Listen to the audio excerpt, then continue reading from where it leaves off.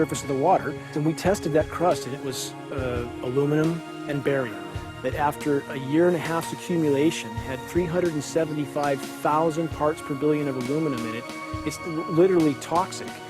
We can say conclusively that what we see in the sky matches expressly what's outlined in numerous patents, and the materials on the ground match those patents. This material was not there 5 years ago. It is a recent phenomenon in the quantities it's in. It has escalated in some cases 50,000% in 5 years in the case of aluminum.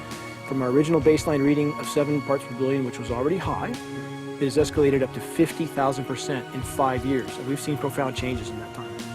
Dr. Leonard Time, PhD in chemistry, I cross-checked with him, and he says the oxides of aluminum, barium, and strontium will drive your pH into the from an acid soil like this up into the neutral. There's no question about it. And that's exactly what you see happening. Wow. I have a doctorate in inorganic chemistry from Oregon State University, in which I was working with different metals and oxidation states, and then did a postdoctorate work at Brandeis, where I was working stabilizing off oxidation states of different metals.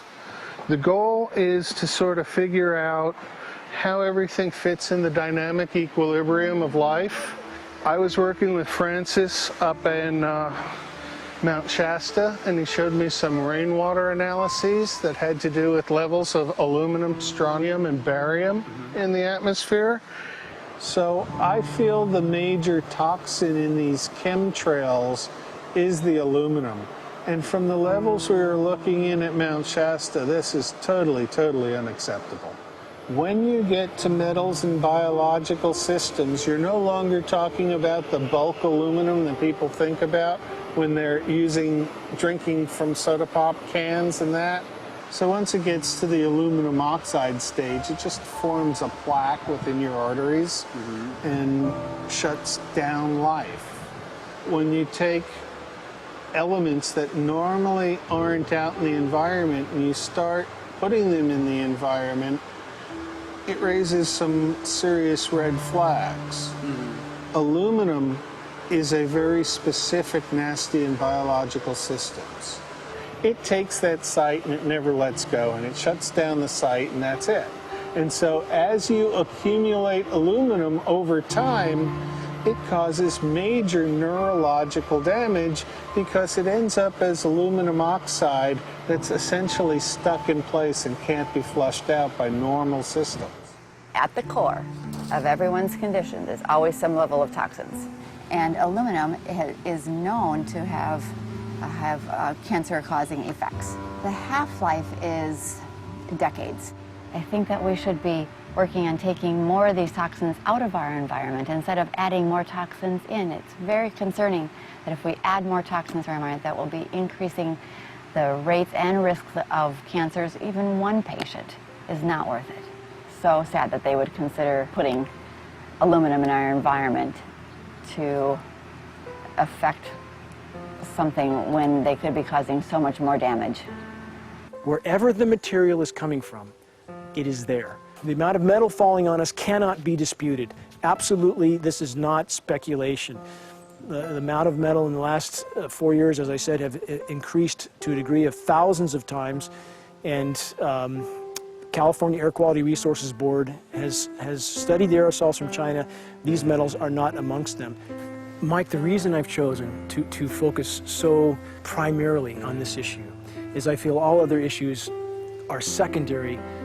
What could be a greater priority than not being able to walk out your door and take in a breath of air without sucking up heavy metals? If our land base is being poisoned, if our waters are being toxified, what will we have left to work with? Whatever we choose to focus our time and energy on, whatever our political beliefs, that this is a common ground for all of us. We must have air that we can breathe that's not full of toxic chemicals and metals. We must have water that's not completely laden with whatever is being emitted from these aircraft. And if people stopped to consider that the atmosphere is as thin as a layer of paint on a basketball, It is an extremely thin layer that allows life to exist on this planet. To simply treat it as a physics lab and experiment with it until it is broken beyond repair is folly of unbelievable proportion. And if people understood that this sort of experimentation not only is going on, but has been going on for a very, very long time. Going back 50 years, there's been countless climate manipulation, weather modification programs that the vast majority of the public is completely unaware of. And if they think that this is not true, that certainly that somehow they would have known if it was occurring, I would ask them to look at things like Agent Orange and the things that governments do because they can, because there's no one to stop them, because they have these huge military machines that want to control everything. And in fact, the government's own document, perhaps you may have seen, it's available to any online, is called Owning the Weather, an express goal of our government, and not just our government. He told the Associated Press that the American government has created weather tampering techniques so that the New World Order will be able to starve millions of Americans and to control the rest. There is weather control techniques. Number one, the entire patents on the equipment.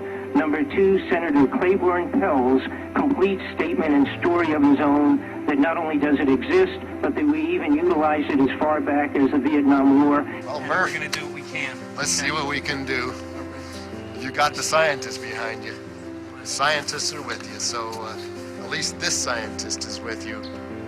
I may not have $1 million budget, but I've got enough to show that something's dreadfully wrong. You got it. All right. So Arizona will be this Monday, the 21st. Senator Johnson up in Show Low. So we're going to be in the car a long time.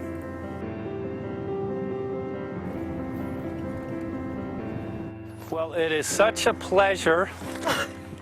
This is such Meet an excellent place back here, I'm telling this you, is Michael. great.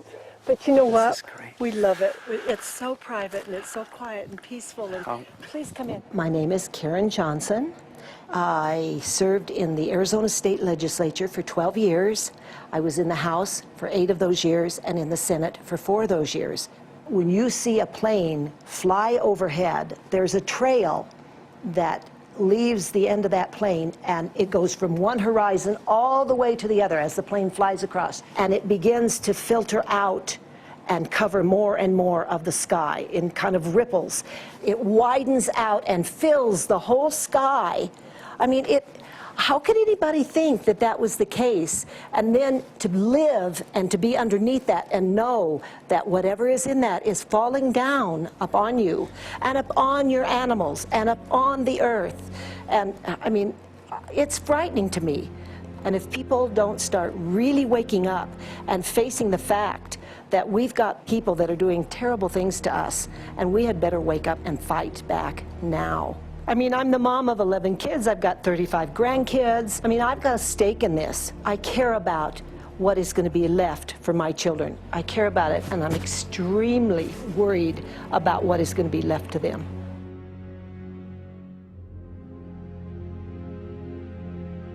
Aluminum is toxic, and we know that it's accumulative. And we know that we're getting more. So we're absorbing it in the air, we're drinking it in our water, so we are accumulating more. So the thought of more aluminum being dispersed in our environment in the way that you mentioned is very frightening to us and very disturbing to us.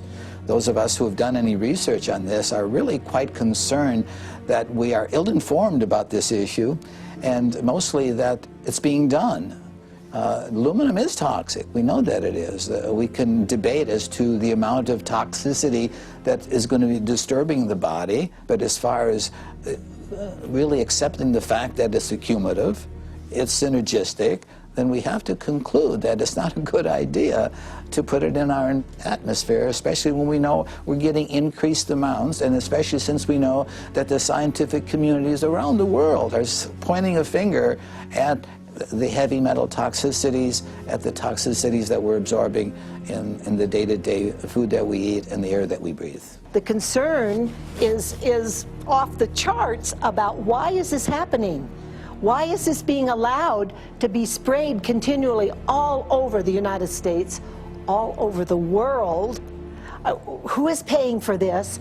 I mean, the incidence of Alzheimer's has just